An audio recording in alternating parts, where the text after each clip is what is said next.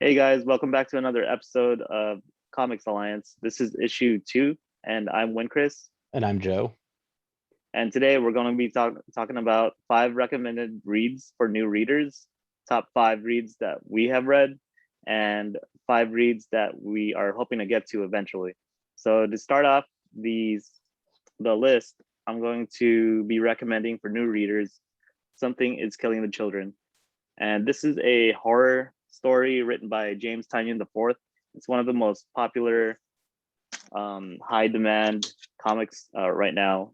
The first issue is going for over $200, which is insane Jeez. for modern comics. But the story and the writing is amazing. I definitely recommend picking it up. Not spending the $200, but they do have the trade paperbacks out, volumes 1 and 2, and I believe I volume think 3 3 is on will its be way. coming out. Yeah, exactly. So the first volume comes with issues 1 through 5, and volume 2 comes with volume issues 6 through 10. I'm pretty much caught up with the series, and it has been really amazing. It's basically about a monster hunter named Erica Slaughter that is going out and trying to find out what is killing the children in this specific town. There's great relationships between the children and how they react to seeing the monsters and seeing Erica Slaughter trying to do her best to save them. But it is very violent, very dark. It kind of reminds me of Stranger Things, but a lot darker and a lot more violent. So if you guys are looking for a good horror genre that's kind of like a feeling of a TV series, you guys should check that out. And that's the first recommendation that I have. So my first recommendation is something I've mentioned quite a bit, and Chris has mentioned quite a bit, and that's The Last Ronin. I'm sorry, we're talking about top 5 recommended, right? For new readers, yes. Okay, so I gave away my top first of top 5 for things that I've read. My Ah, first recommended, I'm sorry, for new readers, and this is actually something I've talked about quite a bit as well. Middle West. I'm gonna constantly talk about this. You guys are gonna be sick of hearing about it, but it's in short about a kid who comes from an abusive household from his father, and his mother. He hasn't seen her in, based off what I remember from age, maybe close to like 7 or 8 years. And he goes off on an adventure with this pet fox to find out what's going on, because there's an event that takes place in his hometown. I'm not gonna spoil it, but there's a reason why he decides to leave, and he's looking for answers. And along the way, he finds people who take him in and care for him. He finds trouble. There's a lot of ups and downs in the story, but in the end, it was just phenomenal. It kind of had a sort of a kind of what's the word I'm looking for? Sort of not predictable, but almost like the cliche happy ending, I guess you'd say. Like, but it was with a light twist. It's not like a big not like some big like, oh, I didn't see that coming, but kind of something that leaves you feeling it's a little more realistic than like a happily ever after type ending. But it yeah. does kind of teeter on that a bit. Overall, 10 out of 10. It's written by Scotty Young. I've talked about him a bunch and how much I love his art, and his writing is just as good as his art. The guy is amazing. So that's definitely my number one of top 5 recommended reads for new readers.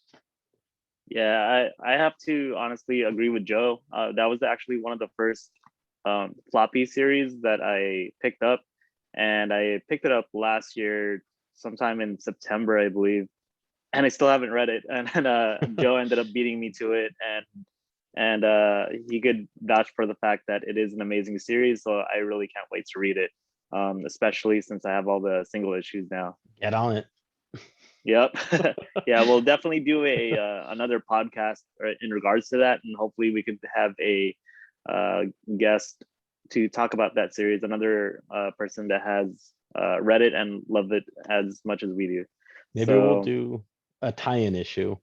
Get it? yeah, Where exactly. if just pure spoilers on Middle West, Yeah, where we'll tag it spoiler, don't worry, but we will just go into all the detail about this for anybody who's read it, who wants to hear, our opinions and our take on the whole thing. And maybe you guys, listeners who have read it, can drop some comments about it, and we can engage with you there too. Yeah, that sounds great. I can't wait to do that. Cool. So to start off with the next recommendation I have for new readers, that is going to be Scott Pilgrim. This is a total of 6 volumes, and it's pretty much, well, I'm pretty much choosing this to recommend for new readers because this is kind of like a manga style. So if you are a manga reader or manga reader, this is definitely something that you would want to check out in order to kind of get the feel of how comic books are versus manga. The story is pretty much about Scott Pilgrim that pursues Ramona Flowers and wants to date her, but he basically has to fight these evil exes. I believe there's 7 of them, in order to win her love. I personally haven't read all of it yet, but from what I've read so far, it's really great. It's very fast paced, and it's like a really fun read. They came out with a movie for it as well, and I finally picked up the manga that was, or the comic books that was based off it, and I really love the movie, so I can't wait to read the series. Don't So forget, that's there's my also, second pick. I'm sorry, there's also a video game for it. And Yes, which it I just was, picked up for PS4. yes, it was Yeah, originally pulled off of the PS3 and I believe Xbox 360 stores. yeah, And anybody who had previously downloaded it, if they lost those, like, those downloads, like their hard drives crash, if their hard drives crashed or anything, they lost it. There's no way to re-download it. I think it was due to licensing issues. That is actually back and available on the PS4, the Xbox One, and the Nintendo Switch. Just want to throw that yeah, out there because I know there's a lot of love for Scott Pilgrim. So anyone who yeah, ever thought about exactly. playing that game, now's your chance to jump on it and experience it. Yeah, and if you guys are wondering what type of game it is, it's actually a classic beat 'em up style with a little bit of RPG elements where you can level up your character, go to shops, buy items and whatnot. So, and it's up, I believe it's up to 4 2 players players. or 4 players. I want to say it's Yeah. 4. I don't know. I Mhm. never jumped into it that hard where I had 4 friends over playing it. Yeah. But from my understanding, it's always been compared closest to the old arcade X-Men, The Right. Simpsons, which is probably one of the best arcade games ever made, Yeah. and the TMNT arcades with the 4 players. Yep. Yep. So if you like those, this is right up your alley. But I think I might be aging myself and Chris a little bit by talking about how good those were. No, I played all those and I love all Yeah, those and played those recently, probably like maybe 5 years ago. nice. Yeah. But I was a kid when they came out. That's why I said I might be aging myself a bit. All right. So is that it for your? Yep, that's the second one. Okay, so my second suggestion is going to actually be a small change up. I'm going to mention Donny Cates, of course, because what would be opening my mouth and not mentioning Donny Cates be. So I'm going to go and recommend Thor. His Thor run is amazing. I finally finished it. I was behind a few issues. I finally just said screw it. I sat down. I started from the beginning and just powered through it. So I was fresh and caught up and everything, was new to, not new, but like fresh in my head. And wow, that is an amazing series so far. And I don't know how many issues it's going to run, but I don't think it's anywhere near being over. Uh, Yeah, I think why I'm a little bit behind. I think the last issue I left off on was either issue 11 or 12. 12's the last one, so you Yeah. might be caught up. All right. But again, I will not mention spoilers. I refuse to do it. But part of the reason I recommend it is it's a really solid story. Of course, it's written by, one of my favorite writers, but it's also simplistic in the sense that it just flows. Like you just keep reading and reading. You don't even realize how much you've read. It's not something that it's not slow, for example, it's not like a tedious read. It's really easy. There's some action, there's some good dialogue in it. There are some things that you might want to read beforehand that would make a little more sense. Things like with Silver Surfer, but it does read as a complete story without having to branch out. And it was just really solid. There are some spoiler covers out there, so I would definitely be careful, if you're looking for variants of it. But definitely something worth picking up. That is also something that is available in the trade paperbacks too. So if you're Awesome. not looking to collect floppies, you can. I want to say there's 3 of them, right? No, 2 of them. Yeah, Because I've only seen 2. that means it's probably 1 through 5 and 5 through 10. Yeah. Yeah, so the next is the 11 and 12 are easy to find. So if you don't mind mixing and matching, you can literally get everything in a complete read up to 12. Okay, Yep. so that's it for my third or second. I'm sorry. Awesome. So All right. So going into my recommended reads for new readers, for my third choice, it's gonna have to be Watchmen. I pretty much picked this up when the movie was coming out, and I was really curious to see how the comic book was before the movie came out. So I went ahead and bought a trade paperback originally. The one that I showed you guys is a deluxe edition hardcover. But after reading that story, it slowly got me back into comic books because I wasn't reading too much superhero comic books, and I've never read a very political and serious comic book story like Watchmen. And after reading it, I was so sucked in that I wanted to. I couldn't wait to watch the movie, and I was kind of nervous because a lot of the comic book movies usually don't do too well. They're fun to watch, but not very well written. But after watching the movie, man, I believe it was almost panel for panel when I was watching the movie. I saw that some of the scenes, and it matched a lot of the panels that were in the comic book. So that's one of my favorite comic book stories that I've ever read. Even from watching the movie was great. I think the only big difference was the ending, but I won't spoil that for you guys. So I do recommend that you guys read that. It's very heavy text, but you get what you pay for I believe it's 12 issues total that it collected. So I just want to throw in there, it's a long read despite it it being is. 12 issues, but Yeah. it's a long and satisfying read. It's Yeah. I guess I'll throw it out there, kind of how I was talking about Hellboy. It's not as complex, but Yeah. it's a long read, but it is worth it. From I never finished it. I believe I mentioned that last time. Don't shame Oh, me. okay. Remember, because my copy was damaged. Right. So yeah, it's a R.I.P. slow read, but worth every minute of it, at least from the most of it that I read. Definitely. And I do want to warn you guys, it does have some mature themes in it, based on violence and some other stuff. So just a heads up for you guys.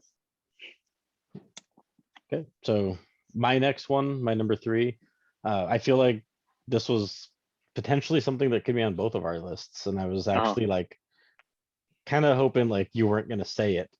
It was The Killing Joke. I hope that's not on oh, your nice. list. Uh, No. I This is one of those things that I feel it's a very cliche thing to throw on a list because everybody reads it, everybody tells you to read it, and there's a reason for that. It's one of the best stories written. It's one of the most iconic stories, especially in the DC universe.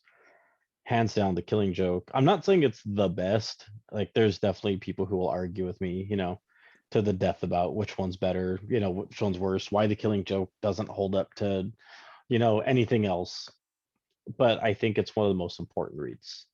It, I don't know, it's such a dark story and takes such a dark turn, but it's written so well, and you kind of see. I guess kind of the way I looked at it is the Joker's a man who's already lost it, and you just see him spiral out of control even more. Like, only like when you think he can't get any worse, he proves you wrong. Right. And just to see the Joker unfold in that manner, is why I think it's such a good read and why I'd recommend it. And it's not a very long read. It's not like a long series, and it's definitely something you can pick up for a few bucks, like an older issue. You're not going to be paying like $2 for it, but you can pick up like a hardcover, I think special edition for 30, but you can also find like an older print for like maybe $10. It's definitely something to hold on to and read 100 times. Yeah, they printed a lot of different covers and issues of that series. It's only a 3-issue series, so it should be easy to find right now. But they do have the hardcover edition, like Joe said, for about $30. Even when you buy the single issue or the single issue like paperback, it feels just like a normal single issue. It doesn't feel like you're reading 3, oh no, I'm sorry. You're thinking the 3 Jokers. I'm talking. Oh wait, I'm sorry. I'm sorry. What did you say? You threw me off. I said the Killing Joke. Oh, I'm sorry. I know it's easy to mix those two up.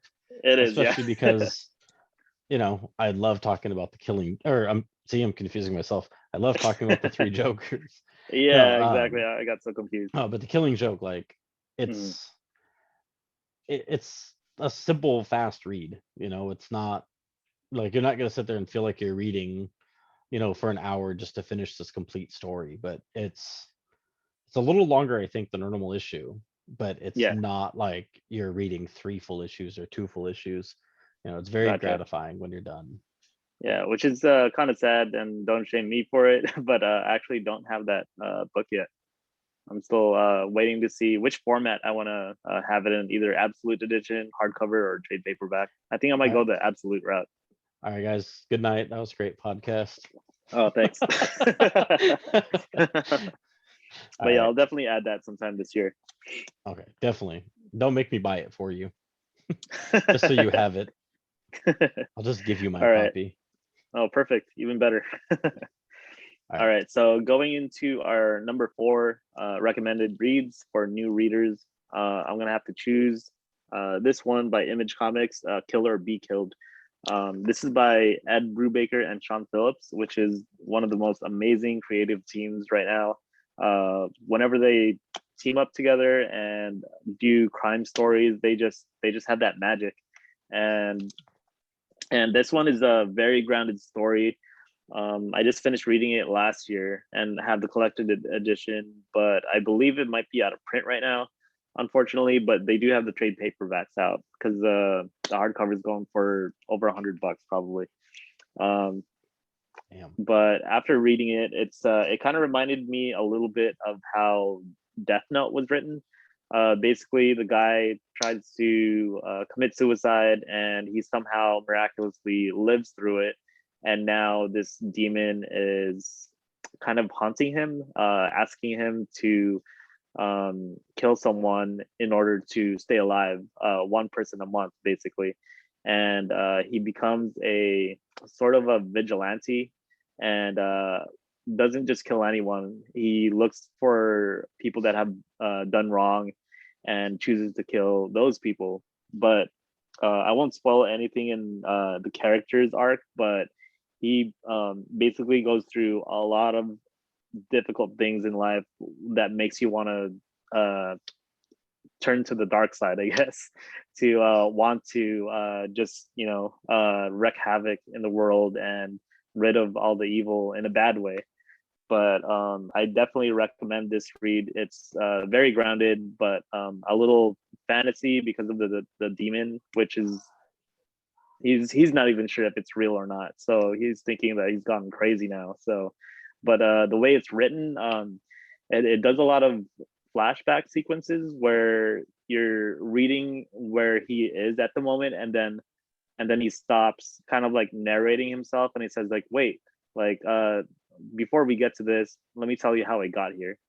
There's a lot of sequences like that, which was pretty interesting. I believe it was kind of repetitive for me, but it didn't feel stale every time I read it. So it was a really good read. I definitely recommend you guys reading that if you're looking for a very grounded comic book and crime story. So that's my 4th one. This sounds like something that like Atlas would make into a video game. Yeah. From like almost the beginning of you mentioning it, it just made me think of like Atlas, like action RPG game. Yeah, right. But yeah, that's my So fourth one. okay, so my fourth one, as you all know, I'm a big Spider-Man fan, so of course I'm gonna have to mention Spider-Man. But instead of it just being the obvious, like, hey, just read any Spider-Man, I'm gonna go with Spider-Man Noir. Ever since, oh God, the game Shattered Dimensions, I've absolutely loved Spider-Man Noir and kind of like their take on him. You know, it changes up the story kind of in like like the old like detective like like books and movies and stuff, and how Yeah, it's like not just like dark in terms of like evil dark, but it's like just very dark and kind of like oh, what's the word I'm looking for? I don't want to use the word eerie, but just kind of like a bleak kind of tone to it.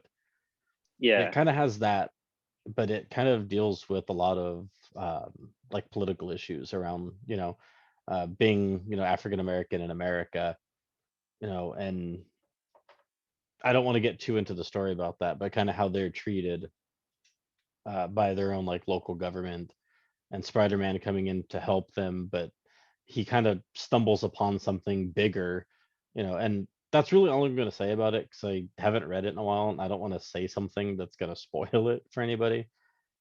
I haven't read the newest one. I started it and it's pretty good. So when I say Spider-Man Noir, I strictly mean the original run of it. It is a very solid read. That again is something that you can get in trade paperback, so you don't have to spend a ton of money looking for original issues. And it comes with another comic that I can't remember what it was part of, but it has the original 5 issues plus like I think two, excuse me, two additional comics or like issues that were part of something else, and they're done in a different art style, and it's not tied into that story directly, but it's just two other stories that they added in there, so you just get a little more Spider-Man Noir for your money, but yeah. definitely a good read. I have to agree with Joe. That's one of the trade paperbacks that you actually let me borrow. Yeah, That recommended me to read since I haven't read any other versions of Spider-Man. When it comes to, I guess, like the Spider-Verse in a sense. So it was very refreshing reading that style of writing for the character of Spider-Man. And you're right, it was very dark and gritty, and the town there that you he was go. in. Gritty is the Um, word I was looking for. yeah, I couldn't think of the word earlier, but Yeah, it popped in my head when I wanted to talk about it. So yeah, it has that feel. If you guys ever watched Blade Runner or even the Rorschach scenes in Watchmen, it was very much like that, where he's just like, going to different apartments or houses and trying to get information from uh, a dark um, uh, group that he's trying to track and whatnot. And there's elements in there that have uh, or like historical elements that make you feel very uncomfortable at times or it cringy. definitely makes you Yeah, feel uncomfortable, but I yeah, think that's the point. It's meant to yeah, make you feel uncomfortable. It's meant to like open your eyes and kind of make you think about things, and I'm not going to turn this into a whole political discussion. I'm mm, not going to ever bring that kind of stuff into this. I'm not necessarily saying like, oh, read this because I want you to agree with me. It's not like that. It's just right, read it because it's just done so well. It's yeah, just such a good piece of writing, and yeah, the definitely. art for it is also amazing. I don't remember Mhm. who the artist is. If for some reason you ever find yourself listening to this podcast, I apologize that I don't remember. But no, the art is amazing. I don't want to ever disregard these comics we talk about, and as Yeah, just from the writer standpoint, the artist makes just as much impact sometimes. So I've read oh, some really definitely. good stuff that it's written really well, but if I Mhm, don't genuinely enjoy the art, it makes it hard to mhm. get through. Yeah, exactly. So having a really good creative team is very important because Yes. um, if there's a if there's a really good writer and the art's okay, kind of the whole thing put together is kind of okay. If and vice versa. But if you have a really good writer and an amazing artist, that series or comic book set is just that much more amazing. Most Um, definitely. so going into our last recommended reads for new readers, I chose a series that that originally came out as a TV animated series and continued on into the comic book format, and that is Avatar: The Last Airbender. I know a lot of people jumped into it, never watching the animated series last year during the pandemic, since they brought it back to Netflix, and a bunch of people also rewatched it because of how great it was. I personally originally didn't watch it because I thought the animation was very kiddie or childish, but the story behind it was actually a lot more deep and serious. So I gave it a shot. My sisters recommended it to me to watch, so I powered through it. And after I think the first 10 or so episodes, I was hooked. I was watching, I pretty much binged the whole series after.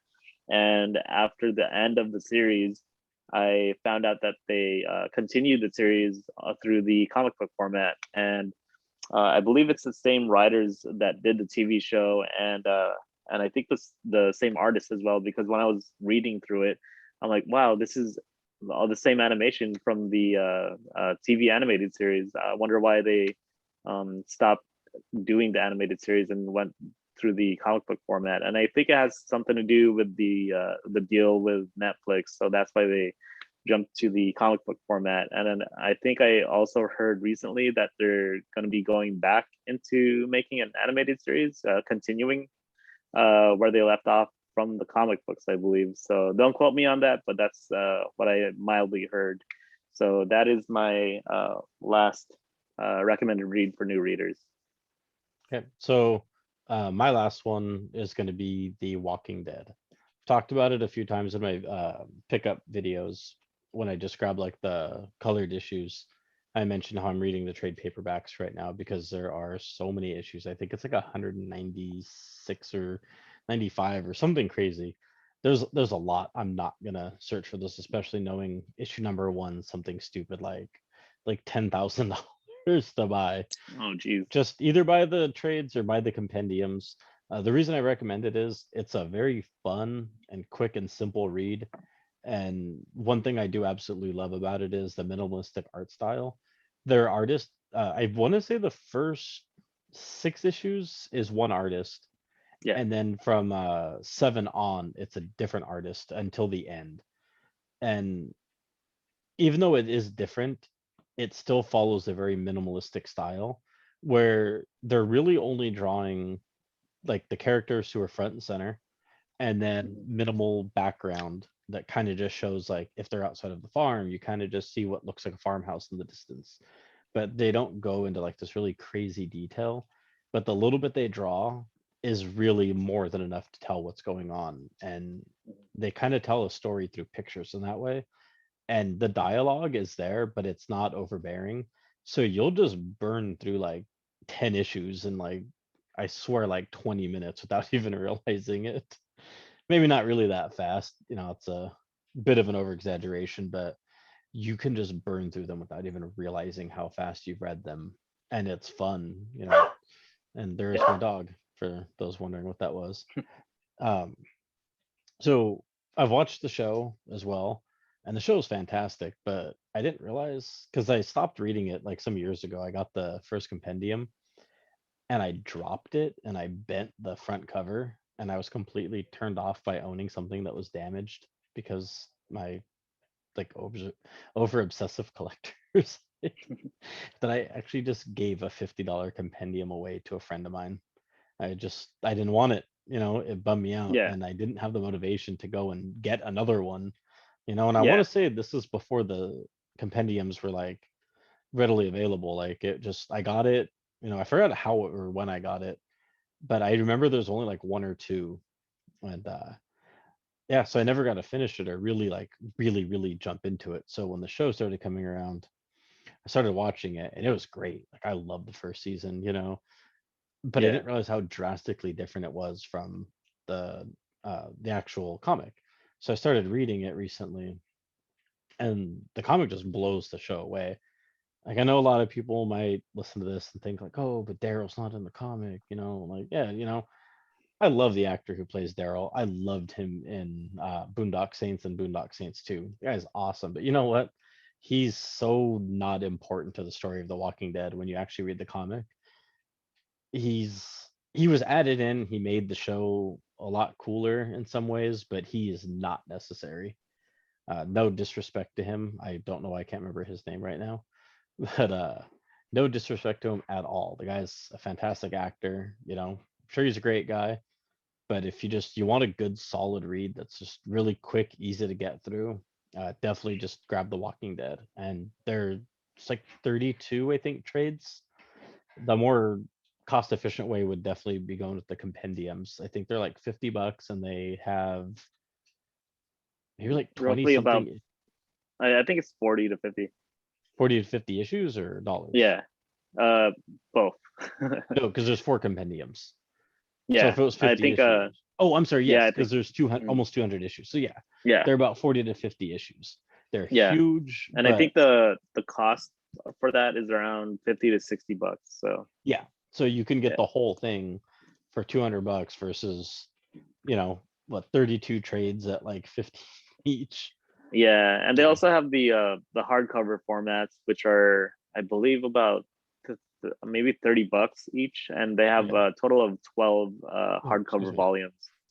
Yeah. So if you like those formats, you could collect those as well. I think they also have a uh, kind of like a oversized deluxe edition format, which is about the size of absolute editions, which is Yeah. insane.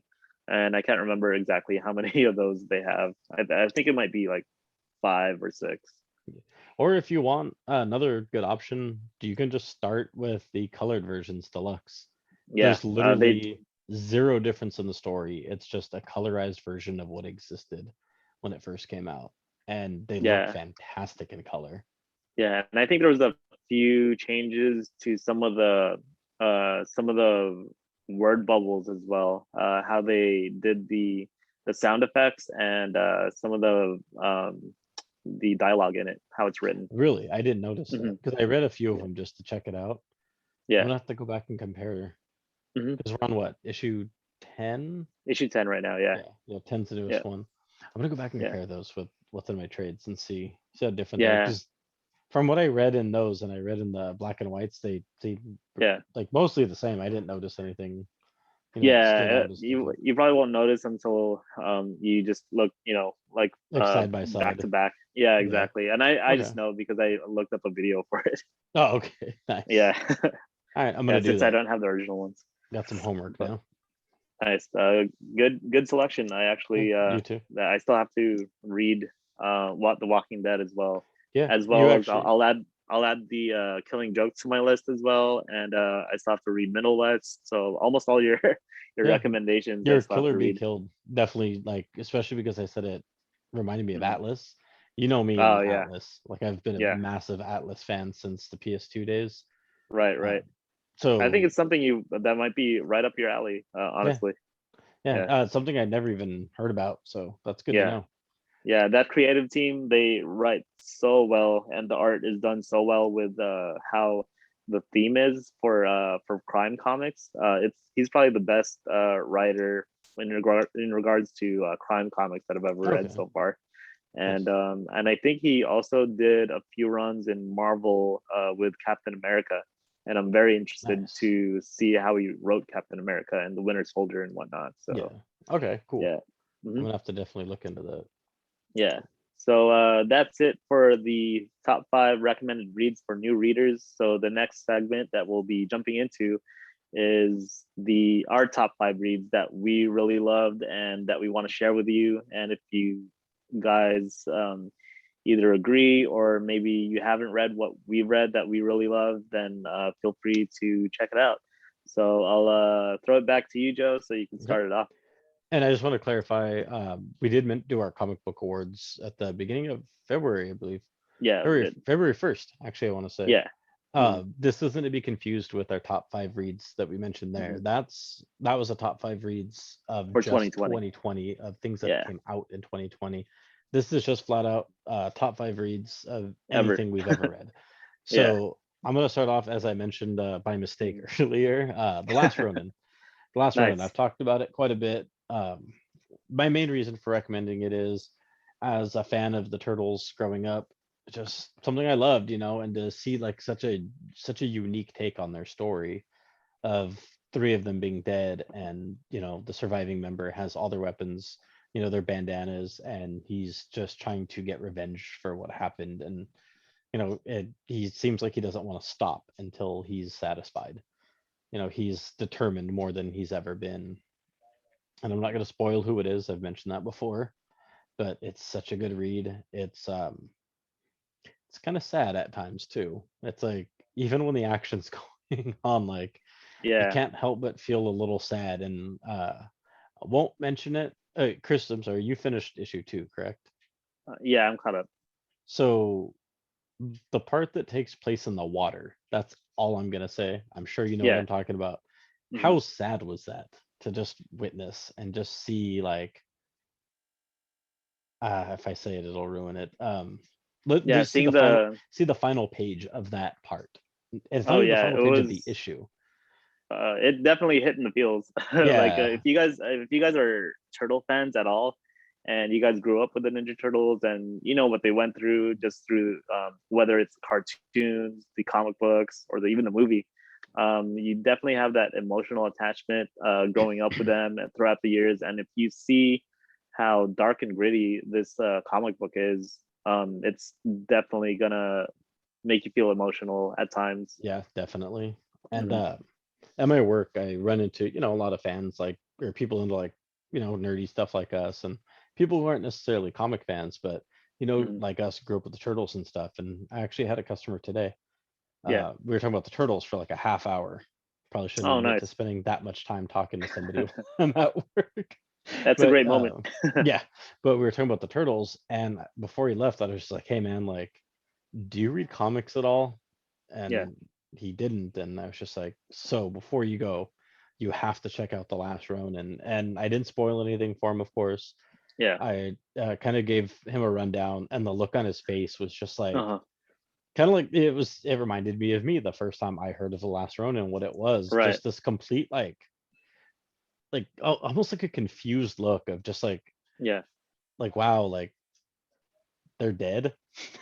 Like, Right, right. there's only one left. And I had to reassure him, Yeah, like, wait, yeah. wait, like, this doesn't mess with the continuity of anything. Like, this is a Right. completely, like, off story that has nothing to do with the current, run. Like, it doesn't interfere with like movies or shows that are gonna come up. Hmm. Like, this is just a completely, like, one-off story that's 5 issues. Yeah. And then I had to mention Jenica to him, of course. I had to plug that fifth Right. turtle because I love those that series so far.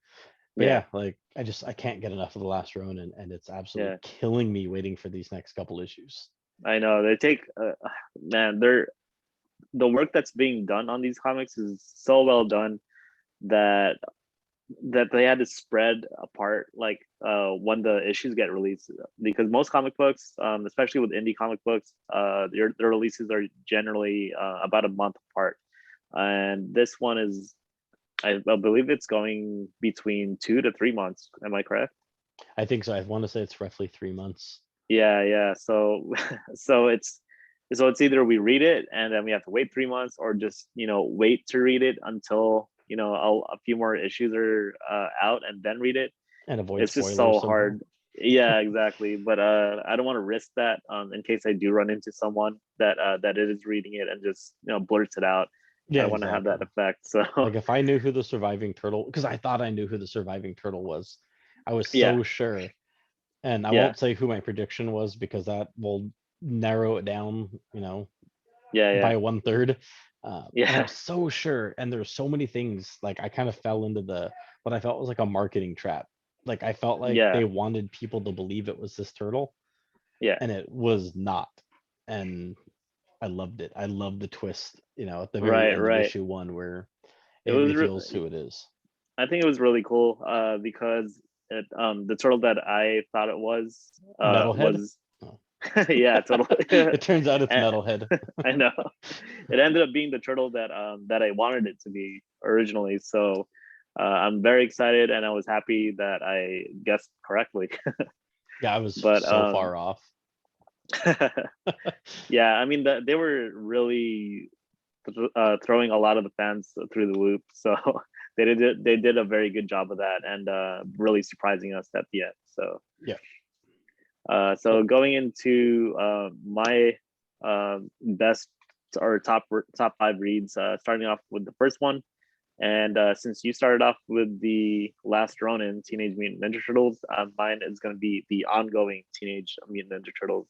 This is the retelling of the series by Kevin Eastman and Tom Waltz, and they basically restart the entire universe for the Teenage Mutant Ninja Turtles, and they have a new origin story and some familiar enemies and some new ones as well, and it's done so well. It's probably the best turtle series that's going on right now. So if you guys can find the trade paperbacks or even the hardcovers, they are still readily available. Most of them are available online. Most comic book shops don't carry the hardcovers, unfortunately, but you could also find them through Amazon, in stock trades, or cheapgraphicnovels.com. Definitely not sponsored for that, or we're not sponsored for that. But if But you if you were, want that'd be to, great. Yeah, or check them out on comiXalliance. yeah, comiXology. Yeah. Also, just to clarify, Chris, is this Mm. the one with issue 44? I don't know if you know Yes. what I mean, but okay. Yeah. Whew, okay. Unfortunately, one of my friends spoiled that for me when That was, he came over, and that you know, sucked. you know when you're like when you go to Google on your phone, how Yeah. it tells you like there's like news. Mhm. I think it was on there. I had just opened it and it spoiled it for me. And Oh man. because this was only what, like maybe 3 years ago, Mhm. if even something like that. Yeah. I want to say, or I was reading something. I was looking at some website, or I don't remember. I was on the internet and I wasn't clicking on link to link to link that would take me to spoilers. It was just something that just Yeah. like, bam, like something unrelated to the turtles, and they were just like issue 44, Yeah. like Oh fat god. spoiler. Sucks to Yeah. suck that this is how you found out. Right. And it sucks And too, because that's actually the comic book series that I started collecting back again in 2015, when I'm like, you know what? I'm gonna jump back into comic books. I'm not gonna go hardcore into a bunch of Marvel or DC titles. I'm just gonna stick to what I grew up with, which was the Teenage Mutant Ninja Turtles.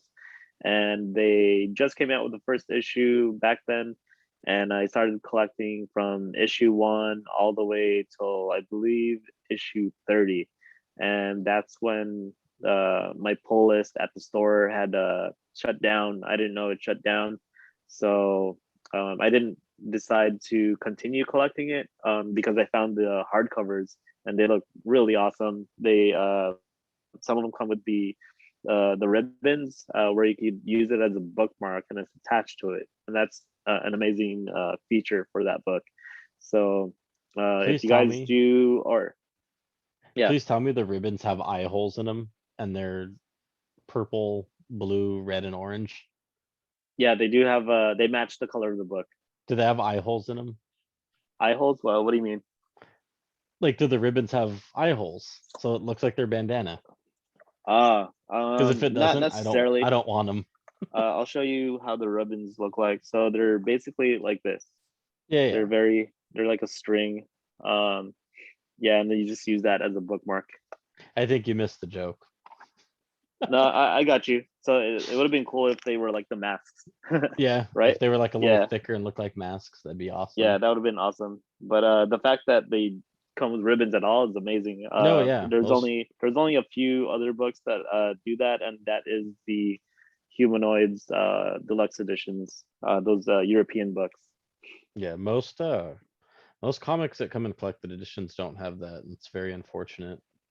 Yeah, Okay. yeah, but that's definitely my first recommendation for my top reads. And if you guys are curious, they are all still in stock currently, and they are up to, I believe, the volume 12, and they're still continuing up until they're trying to catch up with the single issues right now, which is currently on issue maybe 116 or 117 or something. Cool. So are you done? I don't want Yeah, to. Okay, I don't want to interrupt. no worries. So my next one, my number 2 for my top 5 is Absolute Carnage. Nice. Such a brutal story. Just it's one of those stories when you think you think life can't get any worse. It gets so much worse. And I think I'm just kind of attracted to stuff like that. Like I've always loved stories that it's just one downfall after another. And that's Yeah, very much Absolute Carnage. Like there's no happy ending to it. There's no, good resolution. Like you think there is, and it kind of makes you want to believe there should be, but knowing that it ties into Venom and that it eventually ties into King in Black, how like that story really isn't ever going to be like a positive ending.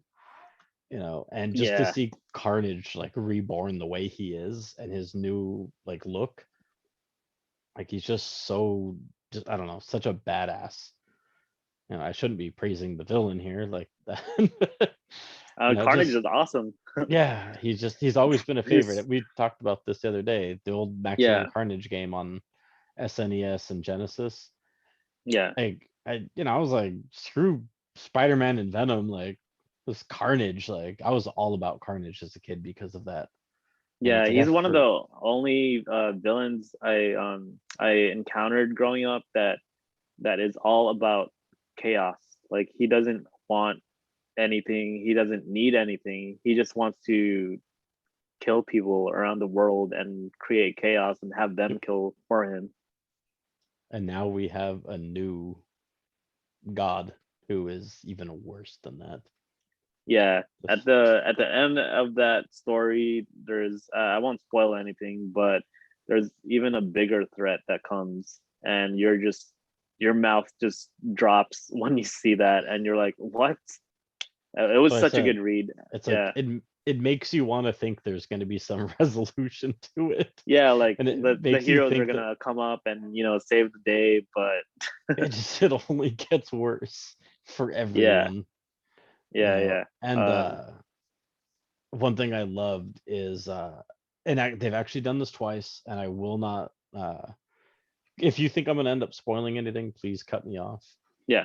But how given the ending of that, how in Venom, I believe it was during Venom Island, Mhm. when Eddie Brock is on the island and he Yeah. encounters Carnage, All right.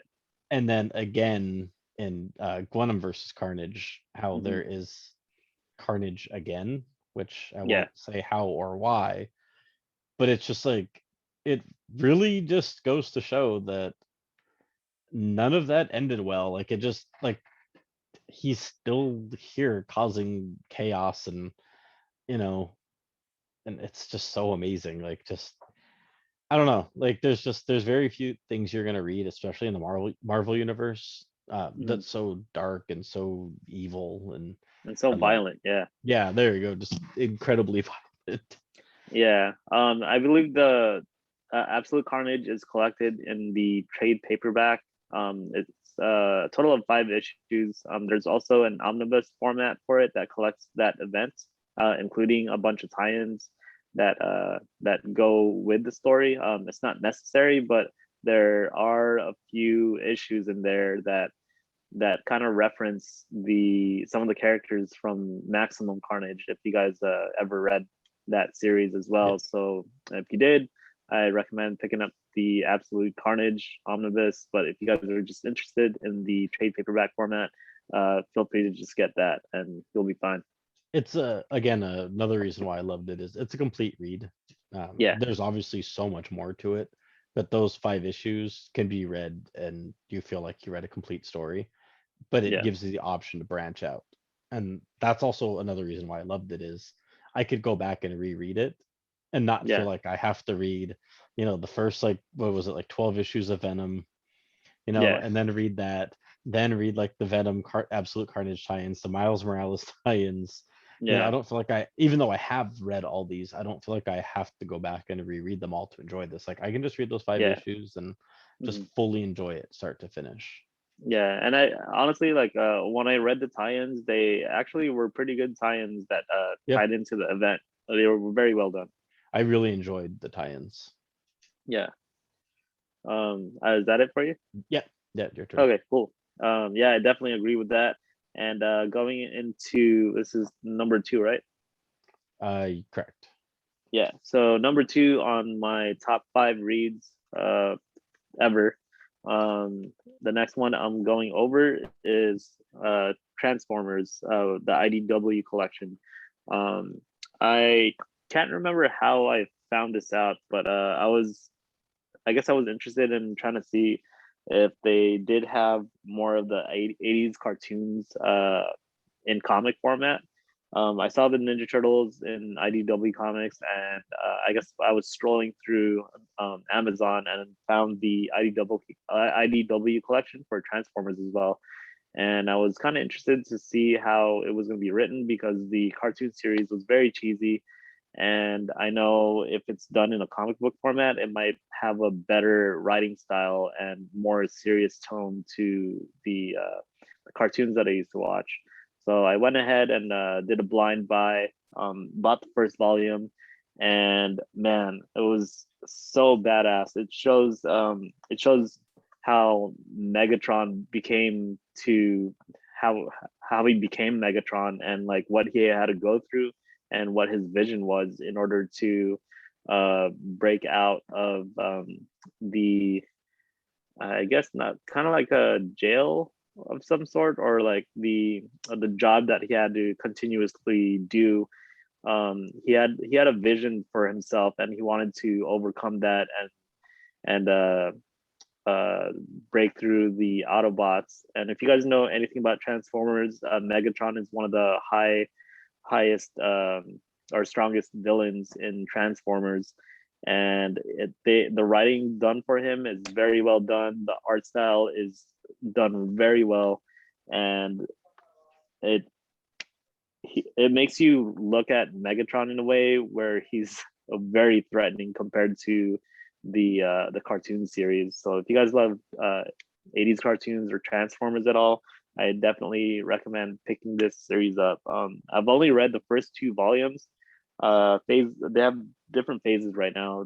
Phase one is collects volumes 1 through 8, and the current series right now, which is phase two, I believe it's all the way up to volume 12. And sometime this year, it's going to go into phase three. And I heard phase two is the best that's being written so far.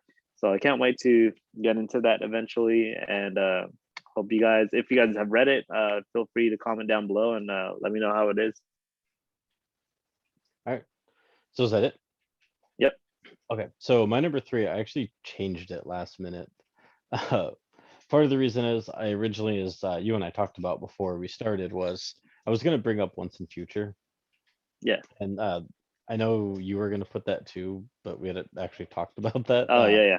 The reason I'm going to skip it is I feel like we did talk about it at length already. And I Mhm. want to say it was our last podcast, right? Did we Possibly, yeah. talk about it quite a bit? I feel like we did. And I kind of already went on about, Kieran Gillen and how awesome of a writer he is and, Yeah. the artist and whatnot and, why I love it. So I'm going to go ahead and pass on that one for now, as much as I do love Once and Future. I'm going to Okay. put my number three as my number three and my number five are gonna almost sound like, oh, this guy just got into comics because of this. Yeah. I won't say what my number five is just yet, but number three is the Infinity Gauntlet. Nice. The reason I'm gonna pick it is it's such an iconic read. Hmm. It's so good and like as good as the movies were, like it does not do it justice in any way. Like there's so No, it much doesn't. to the story, and God, like the movie would be over before you even finish reading like the entire saga. It's three. I think I want to say three books. Uh, was Infinity Gauntlet, Infinity War, and oh God, what's the third one? Infinity Crusade. There you go. So I'm Yeah. talking about just the one that the bulk of the movie is based on, Infinity Gauntlet. The Yeah. one where they actually stop Thanos. Yeah. It's a wildly different story than what we Yeah. see on the screen. It's the same basic premise of he's taking all, the Infinity Stones, and he's going to destroy things, and the Yeah. heroes have to come and stop him. I'm actually gonna chime in real quick because you didn't know, but this was actually my Oh, choice 3 as well. So that's so it, let's just guys. make this a little longer. Yeah, Number 3, exactly. since we'll tie our number 3s in together. Yeah, so the 3 books that Joe was talking about that collected everything for the entire saga, that's Infinity Gauntlet, and I also have up here, if you can see it, Infinity War and Infinity Crusade, which I haven't read. I've only read the Thanos quest. Basically, it's the story of Thanos trying to collect all the Infinity Stones, and then straight into the series of the Infinity Gauntlet, where all the heroes are now forced to defend planet Earth and the whole universe, basically. But like what Joe was saying, the movies don't do it justice. The writing is so well done for its time, and I think even now, when I read it back a few years ago, it was still so epic compared to the movies, just because there's just so many more characters that we didn't get to see in the movies. Oh yeah. But yeah, but the fact that Marvel decided to go with that route to do in a cinematic format, I was so blown away after watching the first Avengers, and that scene at the end where it has a small cutscene of Yes, Thanos' Thanos. face. We actually Yeah, talked I about this was uh our very first in the first. podcast. Yeah, Yeah. yeah. Uh, It's such a great moment in cinematic or in the movies. yeah. It's kind of funny that your original number 3 you gave up because Yeah. I had mentioned, and then I Yeah, changed it, and we still ended up with the same. I that's guess great. in the end that just goes to show how truly good the story is. Yeah, Even if you don't read the 2 continuing like parts of the saga, it's just so good. Like, my only gripe with it really is the whole time, for Thanos being such like a monster, and just, you know he's literally like I don't know, like the not like the strongest guy in the universe or galaxy yeah, or whatever you want to call it, but one of the most feared, and yeah, a and guy and who I think just, he's. Oh, go ahead. oh, just gonna say, like, someone who just absolutely does not care. Like, Yeah, even if you're not in his way, he'll kill you just to kill you. Uh, right, right. and to see him just so like broken up and sad that death doesn't love him, Yeah, like, it does get a little cheesy. And my only gripe with it is they carry that on a little too long, yeah, and it's a little too prominent. And I'm kind of glad they did take that out of the movie. But at the yeah. same time, I would have loved to see them touch on that in the movie, but not Right, carry right. it as long as they did, where I Yeah, almost felt like the premise in the movie was, for the greater good, but the premise in the book is he wants to impress death. yeah. You know, Which kind of cracked me up when I did see the movie, because it did touch upon death, but it was uh it was the Red Skull that was yeah, death in the movie, and I'm like, well, really? yeah, I'm like, like okay, I guess we'll take that. like it could have been worse, I guess. Yeah. But no, but you get what I'm saying, right? Like, Mhm. it's a cool concept and it's done well in the comics, Yeah. but they did it a little too much, and it kind of, like, I get that it makes you see a different side of Thanos. Like, you see Yeah. his just absolutely, like, just malicious and just, violent, aggressive side. But then you Yeah. see a side where it's like he does want something more, Right. and he's doing this for her love. Yeah. But And I think what one of the threatening parts about Thanos in the comic books is just his drive and passion and success to his goal. Like almost nothing can stop him. yeah, None of the superheroes, none of the um, none of the defenders of like all the galaxies and whatnot. Like they had a hard time trying to stop this Titan to achieve his goal for victory and getting the gauntlet, which is insane. I've never seen that done before. Yeah. Oh, just to touch on something, since we can carry this on a little bit longer, since we don't Yeah. have another number 3. I started reading the Jeff Lemire Thanos Returns. Oh, okay. I haven't And read any of that stuff yet. it Neither is Donny Cates' run on Thanos as well. it's the same run. So 1 through 12 is Jeff Lemire, and then Oh, 13 they're 13 on through 16, right? is Donny Cates, and then that Oh, ties okay. into Cosmic Ghost Rider. Yeah. So and this is actually something I'm going to touch on in our third segment if we have time to get to that, which I'm pretty sure we do. But anyway, Mm, it's good. I started reading it 2 days ago, and it's solid. I have the nice. first 2 trades for it, so I'm Yeah. not going to go back and try to collect these single issues. Yeah, yeah. No, again, something I was late to the party with, but oh my Mhm. god, it's awesome. Like Yeah. I'll let you borrow it if you don't pick it up, unless you already have it in your massive No, collection it's somewhere. I'm still waiting for them to put out like a big hardcover or even an omnibus, which they Yeah, kind of did, which is the Donny Cates Cosmic Universe, I believe, but it yeah, only collects his run, like the stuff those Donny 13. Cates wrote. Yeah, so it doesn't Yeah, have Jeff Lemire's writing. yeah. Okay, so I won't ruin it for you, but Mhm. there's like a bomb that drops at the last page of the first issue, and you're just like, oh my god, like I would like that. I would have never expected to read this, and like for Oh, this to okay. be kind of like the turn of events that is something that's supposed to be helping the heroes in a little bit. Yeah, I've only read the first couple, so I don't know yeah, where it's going. I've just been reading on my breaks at work while I'm there because I have a sweet. little time to kill. So I spent Yeah, a portion of my break reading it. But it's awesome. Like definitely nice, nice. something you have to pick up for me next time I see you because I'll definitely be done with it. Oh, perfect. So Yeah, it sounds good, man. yeah, I just wanted to throw that out there. Okay, so since it was supposed to be your number 3, do you want to skip and take number 4, or do you want me to go to number 4? You could go to number 4. Okay, so one of my favorite reads, and something this was something you actually thought I mentioned earlier, the Yeah. 3 Jokers. Oh, okay. Uh, I just love these 3 books. They were awesome. They Mhm. were again dark, gritty. This seems to be a common theme with things that I love. Yeah. And it's something like it makes you wonder how they're gonna make 3 Jokers work in a single story, and they Right. did it. Like they really, really did it.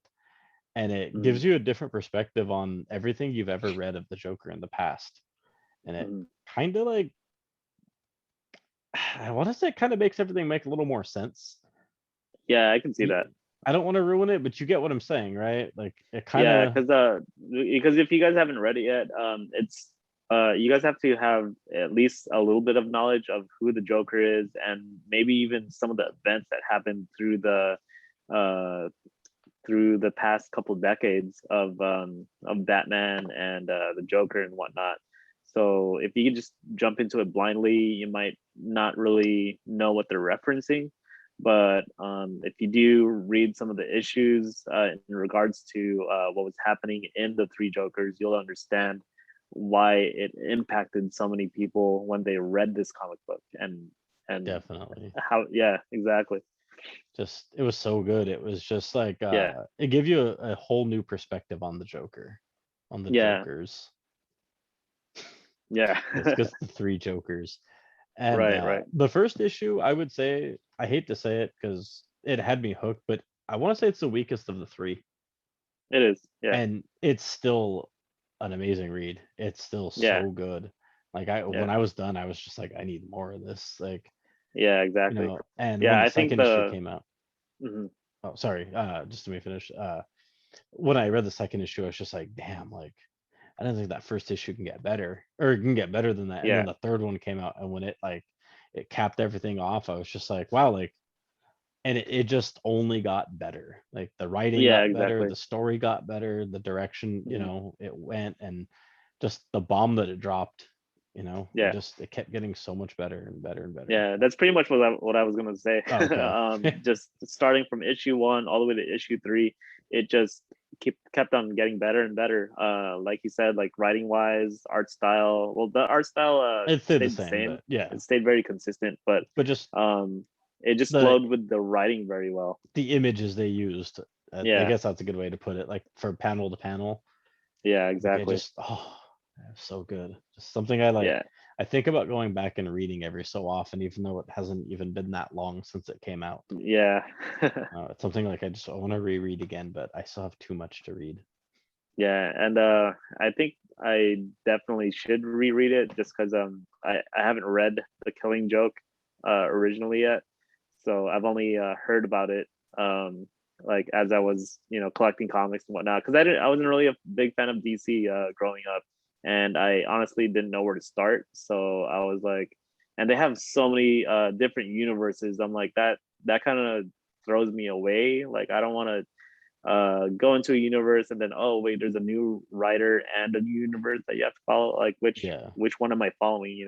I hated that about DC, but I decided to do my research and check out where I should start. That way I have a continuity to follow and not get confused of which universe Definitely, the yeah. Batman or Joker is from. So I did stumble upon that story, and it was like one of the most recommended. And I'm like, well, I wonder what it's about. So I got like some overviews about it and reviews. I'm like, man, I should really add this to my collection. When we're done with this podcast, and since we're still in chat, I'm just gonna hold it up for you, like page by page, for you to read. Oh, perfect. No, I'm just kidding. That might take a while, but I know you do that for me. You're a yeah, good friend. yeah, of course. But yeah, you got to read it. I can't believe you've never Yeah, read this, and yeah, man. But I'll I stop do know talking what about it then. happens at the end. So so I know how it kind of ties into it. So we'll see how that goes. Yeah. So that was your fourth one, right? Yes. Nice, good choice. Thank you. So for my fourth choice, and I'm kind of I kind of have like this theme of my childhood growing up. So I had the Teenage Mutant Ninja Turtles, Transformers, a big Marvel event in the 90s, and now I'm going to be going into Mighty Morphin Power Rangers from Nice. Kyle Higgins. Awesome. This was actually a gift from me from one of my friends, and I didn't even know it was coming out. I guess a handful of issues came out, and they came out with this year one collected edition. And I remember this going out of print because it sold out so well. And it was at one point it was going for about $1,000 for the book, which is Jeez. ridiculous. What's it going for It's now? still well, they've reprinted the book a few times, and I believe right now it's going for more than cover price, but at least over 100. So it's still pretty pricey. But this collected edition is just so phenomenal. It has all the issues that came out. But there's a total of 3 other books on top of that. So it collects a certain amount of comics, and it also has a ton of the cover art, the variants that it came out with, and the art for it is amazing. One thing I want to add on to that about those variants and covers. Yeah. I'm obviously a variant collector. Power Mhm. Rangers, even if you're not a fan, like some of their variants are the best I've Mhm. ever seen. Like Yes, they definitely are. they do not cheap out, and Mhm. they have a really good creativity or creative team behind Mhm. each and every cover. Especially Yeah. like the ones with like when it had the turtles and like they're holding the helmets and there's Oh yeah, yeah. That's such a cool variant. 10,000 covers of Yeah. somebody holding a helmet. Yeah, and they kind of went with that theme throughout, like this cover right here. Yes. Basically the Ranger holding their helmet, and then they came out with a crossover later on where it had the Ninja Turtles and the Power Rangers teaming up or fighting together, and it shows the turtles holding one of the Power Ranger helmets, and it has one combination of each turtle for each Ranger, which is ridiculous. Yeah, so it's like Leo holding like all the Power Rangers helmets, and then Don Otello holding all the Power Rangers, and all my Yeah, yeah, yeah, that's yeah. ridiculous. It's really cool. They even went to the point where they had a homage cover for I don't know if you guys are reading Black Radiant. They came out with a Black 1 in Radiant. 50, yeah, You or mean Radiant Radiant Black. Black? Yeah, Radiant Black. They came out with a 1 out of 50 variant for that, and it shows Radiant Black holding his helmet in the That's same awesome. fashion, just because it's written by the same writer. So Do they you I own guess they it? wanted to do. No, I don't. Unfortunately, my comic shop didn't have that cover, so I might try to find it somewhere eventually. Do you know what the going But price is? I haven't checked in a while, but I'm assuming it should be going for anywhere between 30 to $50. So Not bad for something like that. yeah. But yeah, so going back to the Mighty Morphin Power Rangers, I grew up with it. It was so much fun to watch growing up. It was basically a story of 5 teenagers that were chosen to defend planet Earth and given these power coins to morph into these superhumans that had armor and weapons, and also these megazords that they called, which formed into another, like a huge robot, probably the size of Godzilla in a sense. And they fight off monsters against that were trying to invade planet Earth from a evil sorceress named Rita. And the story basis behind it is um, leading up to Shattered Grid, which is, if you guys are Mighty Morphin Power Ranger fans, basically a universe where the Green Rangers stayed evil. So if that gives any context to you guys, it's a very intriguing story, and I've only read the first 2 volumes and haven't read into Shattered Grid yet. But it's a very serious take with the Mighty Morphin Power Rangers and how it affected the team. So it's not like the cheesy show that they came out with, which is still amazing. I still enjoy it. I actually And wanted to. I'm sorry, just real quick. I wanted to interject. I wanted to yeah, mention that if you weren't going to, for anyone who has like these like preconceived thoughts of the Power Rangers of growing up watching it and looking back and just like, oh, it's so cheesy. yeah, These comics are not that. It's a very serious take on it, mhm, and it's awesome. It's not cheesy at all. It's like I'm looking at this as an adult now, yeah, and I'm not looking at this through like nostalgia goggles. Like I've mhm, rewatched the original or some of the original show, and like it's bad. I love it, but yeah, it's bad. You yeah, know, and I don't get that take out of these. Like I see, very mature writing. A very good solid story, something that obviously the old TV show lacked. yeah, exactly. And but yeah, that's my number 4 for my best top reads. So if you guys find it out in the wild or online, be sure to pick it up, because it's up to they came out with year 1, year 2, Shattered Grid, and I believe the other one that just came out this year is Beyond the Grid. And is this all IDW This is actually or published Boom? through Boom Studios. And one more thing that I was going to talk about was the writer Kyle Higgins. The reason why it's written so well is because the writer is a huge Mighty Morphin Power Ranger fan, so he Nice. knows his shit. So And this is the stuff that the Shattered Grid ties into the Ranger Slayer that ties into yeah, Lord Draken, right? yeah, exactly. Okay. Just to Mhm. clarify for anyone wondering, because I've talked a lot about the Ranger Slayer Yeah. and how So awesome she yeah, is. yeah, exactly. So yeah, that's my number 4. Cool. So I wanted to originally add Middle West for my number 5, but Mhm. I didn't want to put Middle West on the list twice or on Yeah, this twice. I feel like I right. talk about it a lot as well. I talk about the same things a lot. Um, Because they're so so I'm good. gonna, yeah, I know, right? And when I had mentioned a little bit ago when I was mentioning Infinity Gauntlet, that I had said that a lot of people might hear this and just think like, oh, this is why he likes it. It's the movies. So my number 5 is actually Civil War. Nice. I believe I mentioned it on one of our past podcasts, whether it be 0, 1, or 2. Wait, this is number. Oh no, this is number 2, Yeah. right? Yeah, I'm sorry. 0 or number 1. I want to say we talked about it a little bit, but the actual comic for Civil War, it's it's very different than the movie.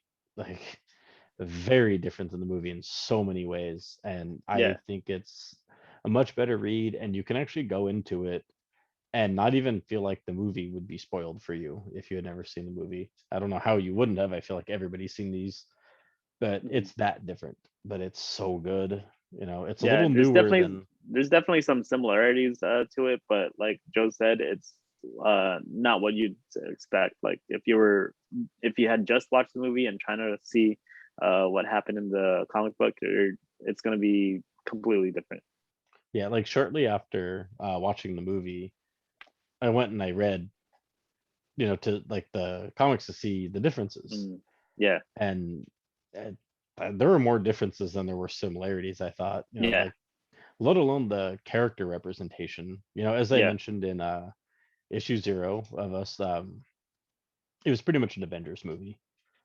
yeah, This was not an Avengers book. This had yeah, everybody. I want to say yeah. This was it had more the of a Wolverine, yeah. It had the some of the X-Men and like stuff. Spider-Man. It Yeah, was more of an event book, if anything. yeah, yeah. It definitely. It probably could have been like a movie trilogy. They could have tied some other stuff into it, Yeah, and made it its own like small series that would have been awesome. yeah, Granted, the way they handled it was still excellent. I thought they did a good hmm job with the films, but uh, I mention it because, or and I put it on my list is because people might see it and think, oh, I already know the story. Oh, like I don't need to read it. I saw the movie. But like hmm you don't know the story because it's so different. And there's characters in there like the Punisher who are awesome. yeah, You know, I love the Punisher, don't get me wrong. I'm not like the biggest fan. I'm not gonna claim to be. But I mean the Punisher's just like Frank Castle is just awesome. And I know you know what I yeah. mean, like Yep, why yep. he's so awesome in it. And that's why, it was one of my favorite reads is just watching the movie and comparing, what was it, 5 issues, 6 issues? Yeah, somewhere Uh, around there. just being able to The, compare the two and see how drastically different they were. It yeah, made me like have a real appreciation, knowing that I read, the books or the yeah, comics, and know the real story or the original story, and I got yeah, to and see their like, take on it. yeah. So that's why I thought it was one of my favorites. Yeah, I definitely agree with that. That was one of the first comic book events that I read after high school. Getting back into it, I picked up Avengers Disassembled, House of M, and Road to Civil War and Civil War, and I read all four of those trade paperbacks, and it tied in together so well that after that I was like, you know what, I'm gonna start collecting all the events that have happened from Avengers Disassembled all the way on, and I've been collecting it. I've actually, it's not on my bookshelf anymore. I put it away through my boxes, so I have room for the hardcovers that I have. But I will eventually do a reading segment that I'll post. Hopefully, one trade paperback per week on our Instagram page. And if you guys haven't checked out our Instagram page yet, feel free to follow us and support us on comiXalliance. That's spelled COMIXALLIANCE. And we try to do daily posts and content on there when it comes to weekly pickups, reviews, and just variant covers and anything geeky and whatnot.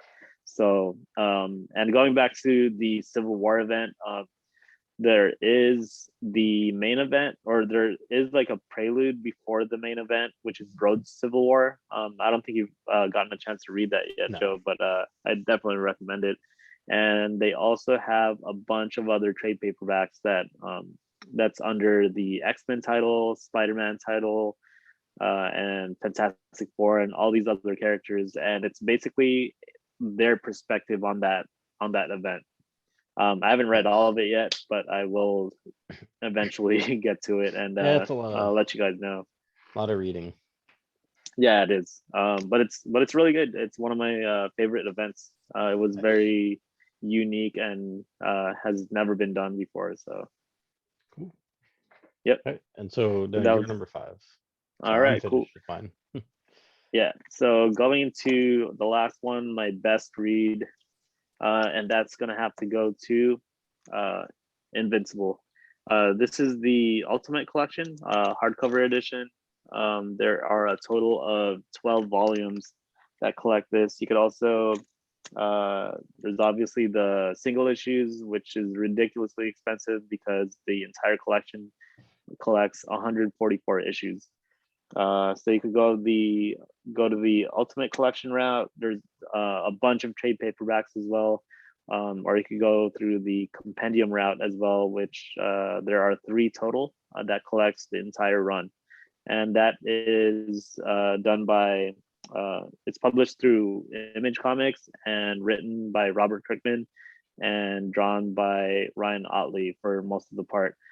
And I chose this because I honestly just read this last year based on recommendations of what top comic books I should be reading when it comes to superheroes. And sure enough, after I finished reading it, it's definitely on my top 10 of reads ever. It was such a fun read when it comes to superheroes because I thought it was going to be a funny take on superheroes because it makes fun of like superhero tropes, but it has a very serious and family oriented story in regards to this new superhero up and coming. And though I think the best way I could describe it, if you guys are interested in reading it, is it's basically a Peter Parker story with Superman powers and as epic as the scale of the Dragon Ball Z's Saiyan Saga. If you guys have watched that, the one of the creators from the comics podcast actually just finished reading it recently, and he told me he was blown away and now feels empty inside because he has finished it and doesn't know what to do. And I told him, I'm like, thankfully, Amazon or Amazon's putting out an animated series, which I never thought would have happened. And the cast behind that is really, really good. Just to name a few, there's Mark Hamill's going to be in it. Which is awesome. Yeah, exactly. And Stephen Yeun from The Walking Dead. And I forgot the actor's name, but the actor that played J. Jonah Jameson from the original Spider-Man is going to be in it too. That's yeah, awesome. he's going to be Invincible's dad, Is basically. he the guy in the cover? So he's going to be playing this character, Omni-Man. Like yeah, exactly. Which is if they did a live action take on it, it'd be perfect too. Yeah. Yeah, but man, this superhero series just feels so complete. It has all the events that superhero comics would do, but put into one. They have time travel, different universes, a huge war. They have so many different story arcs that are written so well that you guys just need to read this. Like, if you guys are looking for a superhero story to read aside from the big two of Marvel and DC, check Invincible out. I definitely recommend it. Nice. Good pick. That's something I've had on my radar for a while that I've been wanting to read. I just right. I've been trying. I've been trying to tell you for a while now for that. Yeah, I remember. You got to put that on top. I got it the free comic book day this past year. Right. Issue, and I was like, what the hell is this like cheap generic looking comic? Yeah, it looks like the first issue doesn't do the story justice for sure. Yeah, I didn't even read it. I just grabbed it and just threw it in my box. I just put it in the bag and board and tossed it in my box. And oh, perfect. It might be worth a little bit of something because the animated series is going to be coming out. So this month, actually, I believe it's March 26th. I already got it. I know. Just if anybody's looking to buy it, I'm just kidding. I'm not going to sell it. I remember I grabbed it. Like, this is before you and I started hanging out and talking about comics all the time and stuff. I grabbed it. I had no idea what it was. I just was like, just kind of generic looking. But Free hey, comic, yeah, if they did a free comic for it, because they did the Spider-Man and Venom in 2019, and they did the one this year, and they were yeah, great. They were good reads. I figured, I'll just grab it and whatever, just grab everything I can this year, especially yeah. that My Little Pony one. Just kidding, I didn't get that one. I probably missed maybe like 6 total of the free comic book day ones, because you know how they were uh, releasing weekly this year or this past yeah, year. yeah. I missed maybe about 6 total. There was a couple things I didn't really care for, but Oh, I okay, made sure I grabbed that one for some weird reason. I just saw it and I was like, yeah, I should grab this, despite it yeah, looking generic and like something I'd probably never read. And then you start yeah, asking me if I've read it and keep talking about it. yeah. So definitely on the radar. Something I'm not going to ignore, but not on my Awesome. list of the ones we're making. Going to talk about right now. Yeah. So I feel like we should be wrapping it up soon after this. Yep. So just not to carry this on for 2 hours like we almost did last time. Yeah. I don't even Uh, know where we're at right now. we are probably just a little over an hour, I think. Okay. So So usual. yeah. So maybe it will get to almost 2 hours. Yeah. About All hour and right. a half. Yeah. Okay. So do you want to start or do you want me to start with this? I'll go ahead and start for this one. I'm gonna cheat a little bit and go into two comic book editions that I want to get into because they tie in together.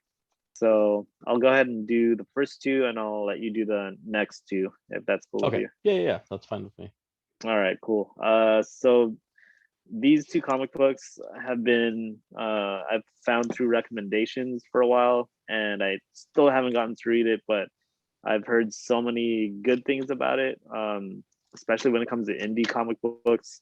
And I've heard so many things that it inspired a lot of the movies that came out in the 80s and 90s, such as, um, well, not Star Wars, but that came out in the 70s, right? So it did inspire Star Wars, Blade Runner, Alien, a lot of those sci-fi movies that did really well and came out back then, and that's going to be Alejandro Jodorowsky's The Inkle or The Inkal, and I still haven't read this. It's a big sci-fi story, and I don't know too much about it, but if it picked up inspiration from Blade Runner, or not from, but inspired for those movies to come out, this has to be really good. So it's this one, and also the Meta Barons, and this is basically a kind of like a side story of one of the characters from the Inkle. And I heard so many good things about this book as well, including the artist that did the art for this. It's so very detailed. The artist is Juan Jimenez. I'm not sure if he's still alive, but I think he might have passed away a couple years back. But I'm glad I picked up his work. That way I could support it and eventually do a review on these books, because the people talk so many good things about it, and especially Alejandro Jodorowsky's work. So that's my first two for what's the theme for it? Oh, I'm sorry. The top 5 things that we want to read.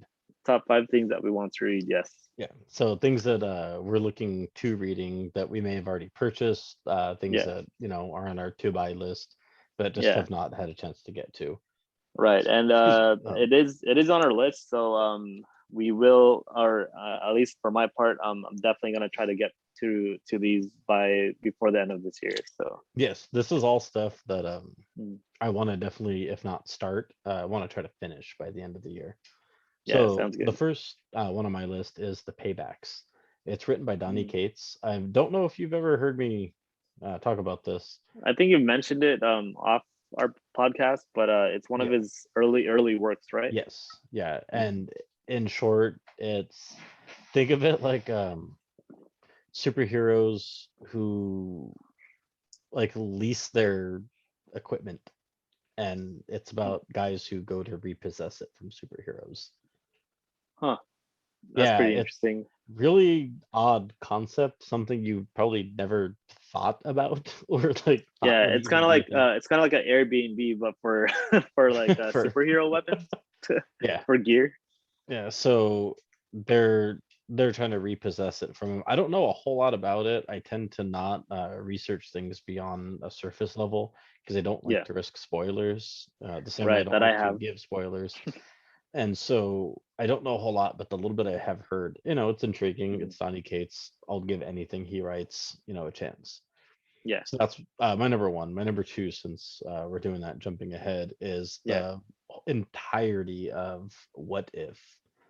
For those of you who Mm, are not familiar with What If, there are a bunch of non-canon like side stories that mhm. are absolutely ridiculous most of the time. Like there's Yeah, one where Venom takes over Frank Castle slash the Punisher and goes on one of the biggest killing sprees that anyone has ever like imagined. It's yeah. stuff like that. I remember reading a few of those growing up. It's basically a retelling of a story if it went the other way. That's a yeah. But I want to say not all of them are so much that. I think some of them are like original stories too, kind of like Mhm. just what if this was the situation, or Right, like right. what if this took over that and whatnot. Because there's also another one where this is one of the newer ones. I think it was Mhm. something like if Thor was raised by frost giants, Oh, gotcha. and that's one of the ones from the last like 2 years or something. Yeah, And I think. actually, Oh, go ahead. oh, I was gonna say I think I actually own that issue somewhere. I just gotta dig it out and read it. But Oh, I sweet. want to start from the beginning. Like one of my goals this year is those books are like $40, but they're Do pretty they, beefy. do they have But collected editions of them? yes, there's like four of Mm. them, I think, and but Oh, they're 40 awesome. bucks each. And I want to buy them all, and I want to just binge it like cover to cover for all four of them. Do you know if they They have omnibus formats of those? that I'm not sure about. I haven't looked into it, Mm. but if they do, it's probably about $500 and out of print. Oh, Jesus. Just because everything I want to read like that, like older, seems to be out of print. Yeah, right. Yeah. So those are my first top two. I just think the idea of the what ifs have always been interesting. I just Yeah. never sat down and read them, and Mhm. now that I feel like I don't want to say I've caught up because I always talk about how I have so much to read because I really do. Yeah. But now I feel like I've read a lot of things that I should have read when I was younger, that like during those blocks of years that, I was more Right. reading novels and, going to concerts and stuff like that and not Yeah. reading comics. And uh, now that I've caught up on a good portion of that, I feel like I should start branching into things like the what ifs and stuff like that. So Yeah. Yeah, those are definitely pretty fun reads if you're, getting bored with the main series or something and looking yeah, for something new. exactly. Just to chime in into that as well, I believe DC has their own version of that. It's the Dark Multiverse, I believe. I And that believe collects, that is. yeah, Yeah. that collects kind of like one shot stories of the same concept of uh what if I'm trying to think of any of the issues because I haven't read any of them yet, but like um Yeah, I I don't can't know. help you there. Yeah, I can't help myself either, so Well, I think kind of uh what you described with how it was kind of if like X story had gone this way instead of that way. That's kind of what the Dark yeah, Multiverse is, whereas What If is a mix of that and just like what yeah, if, the Venom symbiote took over this guy or this guy and right. it or and it or kind of like if the gunman in Batman, what if he shot Bruce Bruce Wayne Wayne. and the wife Exactly. instead and the dad Exactly. survived, It something like takes that. like pre-written lore and does like a Hmm. what if for that, Yeah, whereas the Marvel what ifs I believe do kind of a yeah, mix of different scenarios, like things that have already been written and then just brand yeah, new concepts that they would never dare write yeah. actual serious lore about. Yeah, I was always intrigued by all that. So, but I never decided to collect it just because I'm more of a continuity type of guy where I like things very consistent and makes sense with everything getting put together. See, I love that But stuff too, but I do like to yeah, stray from the path a little bit and just yeah, read some stuff like that's like downtime reading. when I want a little Exactly. break from everything. Yeah, I agree. Okay. So So is that it? yep, that's it. On to you. All right, cool. So we're on the third one, right? Yes. Okay, so my third one that I'm looking forward to reading is that's going to be JSA by Jeff Johns. I don't know too much about this or even the heroes that's even on the cover, but they're more of like the older generation and not well known superheroes in DC Comics. And I personally bought this, and it's a total of 3 volumes or 3 omnibuy. And the way Jeff Johns is writing, he makes you very invested in the characters that he writes, and I'm very intrigued with that and how he's gonna pull that off because judging from the cover, I wasn't. They don't really look like superheroes that I'll like, just because of how old looking they are and just their art style.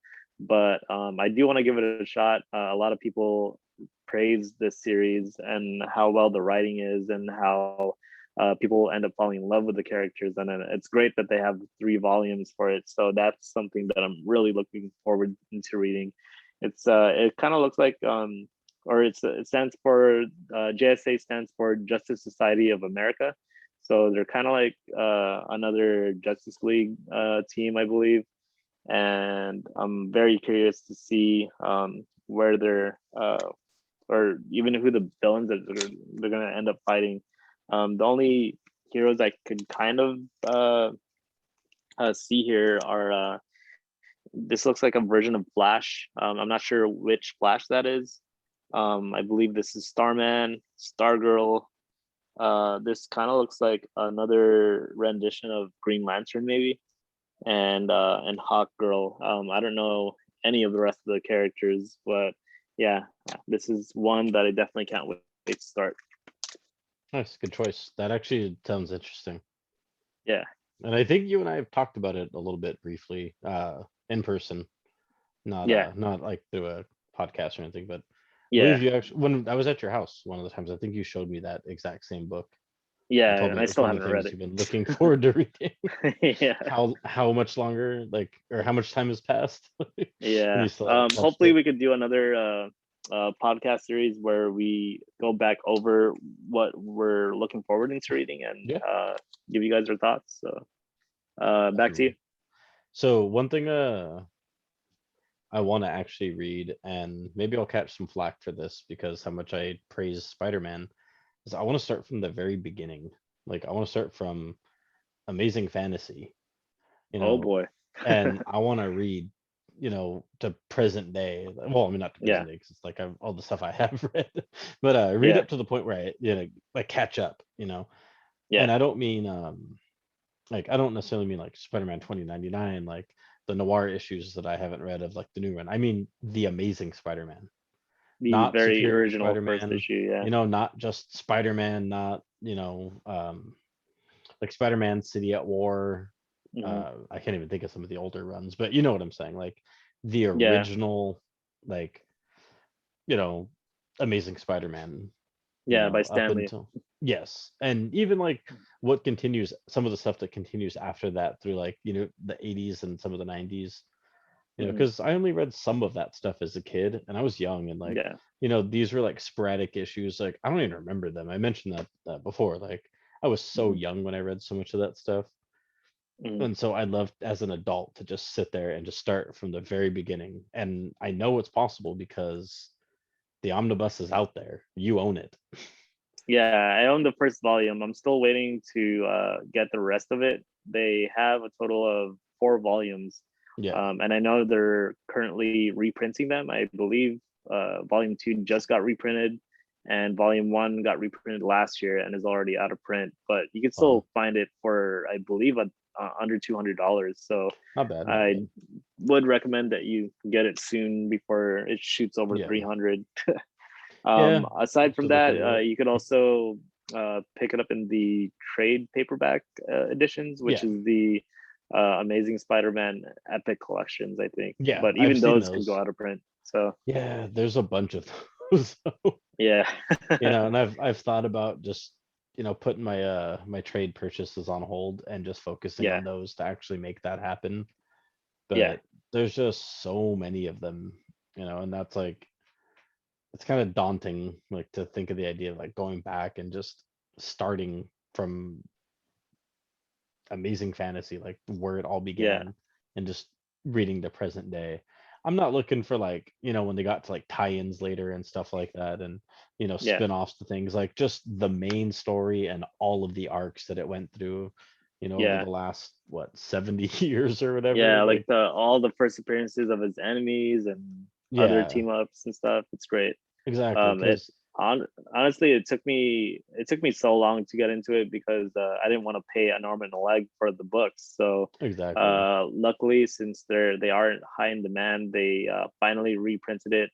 I usually try to keep an eye or an ear out in regards to any of the reprints for Omnibus.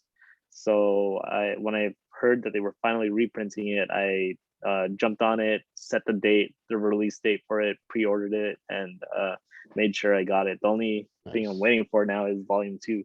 It's already out. I should be getting it, so hopefully I get it soon. Nice. Yeah, Awesome. All right. great choice though. Hey, Yeah. thank you. Thank you. So on to you. So the next one is the fourth one, right? Yep. So the fourth one, I'm very excited to hopefully get to this year, and another one that Joe started ahead of me, and even though I had it way before him, and that is Hellboy. Hellboy. Yes. Yeah, exactly. Have By fun. Mike Mignola. I've had this for well, I just started collecting last year, so I've had this since last year, and I got all the hardcovers. These are the very nice library editions. It's still sealed, um, and I believe there are I think 6 volumes, including Hellboy in Hell edition. That collects everything Hellboy, and there are also side stories that came out, such as the BPRD, Witchfinder, Officer Johnson. Lobster Johnson, and what was the other one? I believe was A- Baltimore. Abe That Sapien. that and Abe Sapien as well. And I think they're coming out with a couple more hardcover omnibus editions that tie into the Hellboy universe. And I'm trying to find out the best way to read all of that because I know it all ties in together. So I've been looking for a reading order to have the best reading experience in terms of the Hellboy universe. So that is definitely on my list. And once I figure that out, I'll probably start reading it. One thing I have seen, it just says pick one and just start and just read it through. Like don't like think you're gonna bounce around, like don't read like this Hellboy Omnibus 1 and then jump to Abe Sapien and then Lobster Johnson and then back to like Hellboy 2 and then BPRD. Just pick one and just read it in its entirety and then go to the next one. Yeah, I've That, checked out that's a few recommended reading orders just from their people's experiences reading it, and you do start off with the volume 1 of the omnibus, and you read yeah. that through, and then you get into BPRD and whatnot, and that's when you kind of want to read things a certain way I'm sorry. in order for it to make sense. What I meant was some of the things I read was telling me Oh, just grab like the 4 Hellboy omnibuses omnibi oh, okay, and yeah, just read those and then just grab BPRD and read that and then grab Witchfinder and read that. And you could really yeah, read those in any order and it'll be fine. It's still going to be enjoyable. And yeah, that because I guess it started, and this actually I found out from the guy at Undercity. It hmm, started off as just a bunch of short stories, so there is no official reading order. oh, I see, And so the best way to read it is just pick which series you want out of yeah, each. And the only reason I would have personally mentioned just Hellboy Seeds of Destruction is because that explains the origin of Hellboy or how oh he yeah, came into our world that's volume 1, or whatever world that is. Well, I'm saying like start with that and not like BPRD or right, Lobster right, Johnson or yeah, none of uh the side stories. yeah, like just start with Hmm. that Mhm. first, and then just I don't know. I'm gonna read all 4 of those before I jump around to anything else. Nice. And so far it's been satisfying despite my I don't know my struggles with it, with that slow crawl of a read.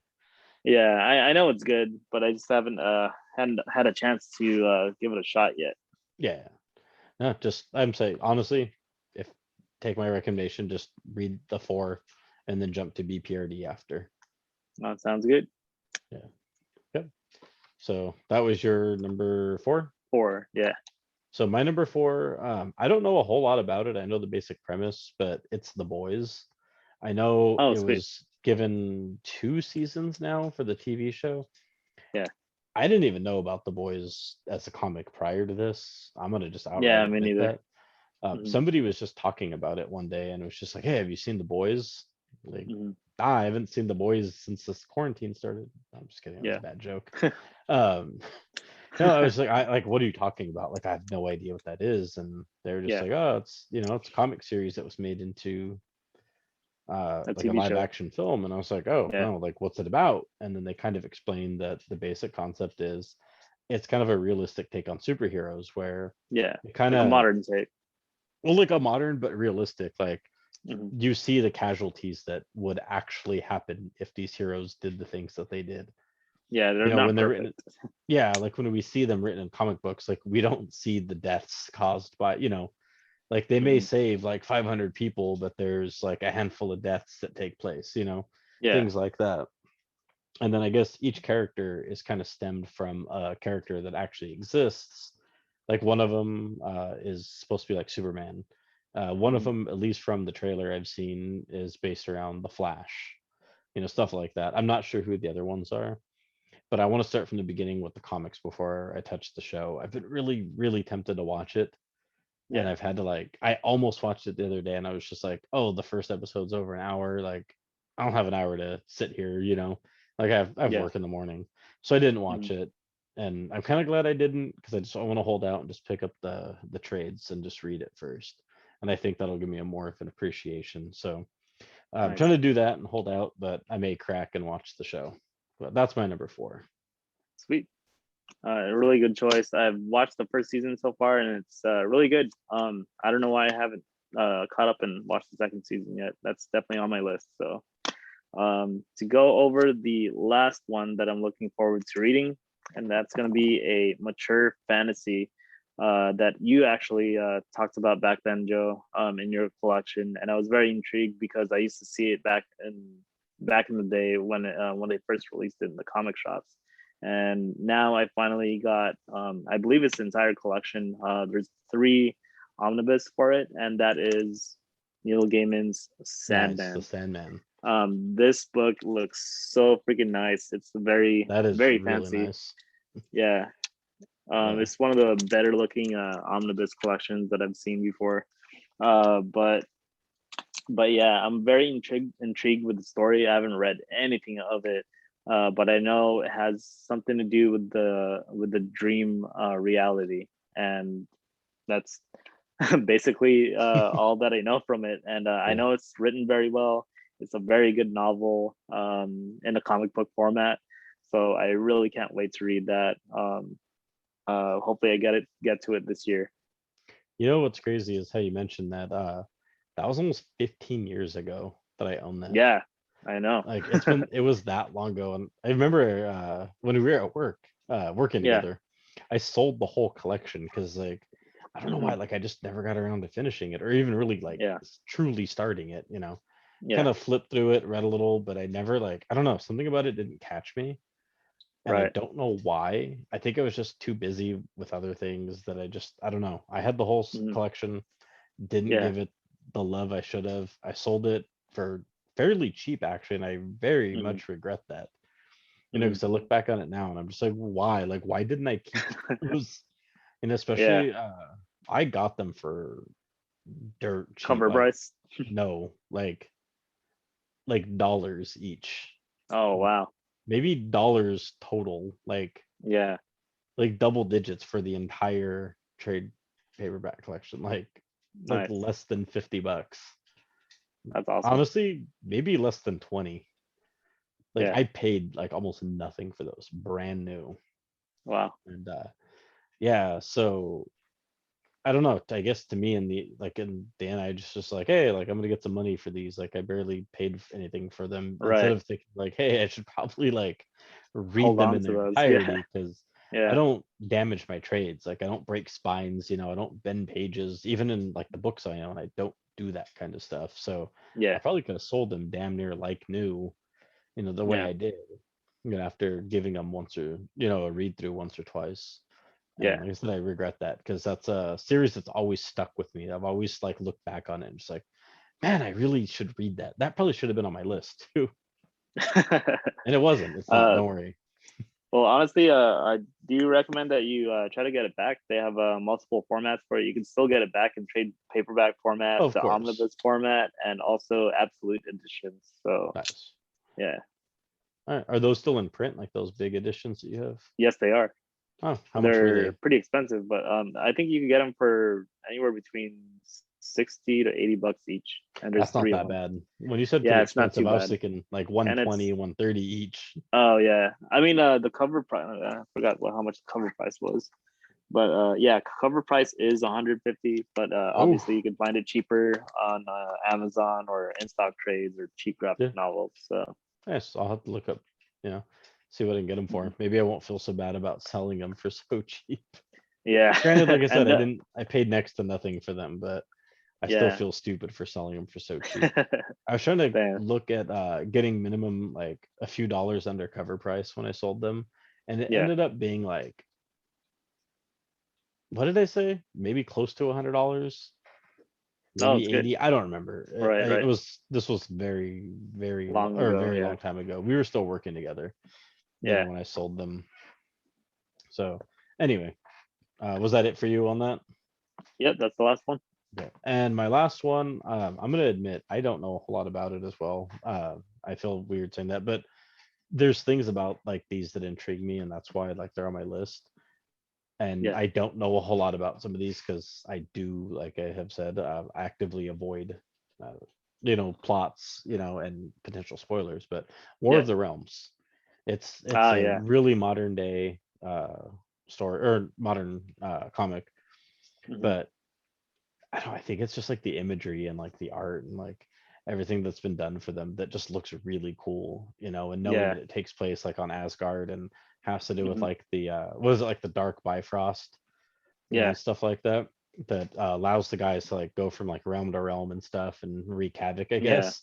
And again, I I don't know a know. whole lot, just like very, very little, Mm. but it just seems awesome. Like I uh this past year during the quarantine when I would hit comic shops, like I would look through and try to find anything that had like the War of the Realms tag, looking for Yeah. like tie-ins and like main issues, and I have like a bunch of them, Yeah. but I don't have anything that's complete. I have Right. like Right. Still missing number issues. 2 of 3, or like of the 6, or for tie-ins, and like of the main issues I might have like 2 of them. Yeah. I never found it as a complete set, and so I never got to read it. And I've Yeah. like been trying to find them, and I can't. And so I Yeah. It's remember really when, difficult to find. yeah, and then you told me that the Omni was coming out, and then I Yeah. missed it. I missed So it too, unfortunately, because I was, under the impression of like, I want to support my comic book stores and comic book yeah, shops. So I asked like at least three comic book stores, and yeah, like we'll put the order in. It's in back order right now. I'm like back order. Like Amazon hasn't released it yet, and it's I can pre-order it through there, and I guess they have different release dates when it comes to books being released, because yeah, sometimes my comic book store gets certain books released before the Amazon release date. So I was very confused yeah. about that, and since I waited to see if my comic book shop could get it in order, Amazon ended up releasing it because I thought I was going to be able to get it from it through my shop, and that was still in back order, and then Amazon sold out and now it's out of print. I'm like, damn. I should That have jumped on it. sucks. Yeah, Yeah, so I just have to be a little more mindful in terms of release dates through the direct market versus Amazon. yeah. So now I just have to wait patiently and try to see when it'll come back in stock. And if you see 2 copies, let me know. I definitely will. I'm trying to crack and not buy that trade. It's 6 issues and it's $30. Yeah, Like, yeah, why is a 6-issue trade $30? it's probably that Like, good. but like Saga, The Walking Dead, and I know these are Mhm. indies. Middle West, $10. Yeah. The Miles Morales one, because I was Mhm. missing issue 1, like 16.99 or something. Yeah, And I get it, like it's a bigger publisher, like Marvel, yeah, 16.99, yep. 6 issues. But this, $30 30, paperback, six not even a six issues. hardcover. Yeah. 6 issues, no tie-ins, no Hmm. annuals, like Yeah, nothing nothing, extra. just 6 issues, 30. And yeah, it's about what I'd probably pay, Hmm. buying them like as individual issues, like when they came Yeah, out, not looking at like potential like price increases now. yeah, But still, like, it hurts knowing that I'm gonna have to buy like the 6-issue collected edition for $30. Like, I may as well just yeah, spend $100 on a second printing of this Omni, yeah, exactly. because then I'll get all the tie-ins plus those 6 issues. Yeah, and all the extras with it too. Yeah. Yeah. So So that was it for me. yep. So that was pretty much it, guys. I hope you guys enjoyed our podcast for issue 2, and we'll definitely can't wait to chat with you guys again next time. Yep. If you want to comment, ask us some questions, feel free to. Also, feel free to follow us on Instagram as well as sub to our podcast here. We're going to eventually try to upload onto Spotify, which we'll throw some links when that does happen. Yeah, just you can follow us on Instagram at comiXalliance. That's COMIXALLIANCE. All right, guys, have a good night and thank you.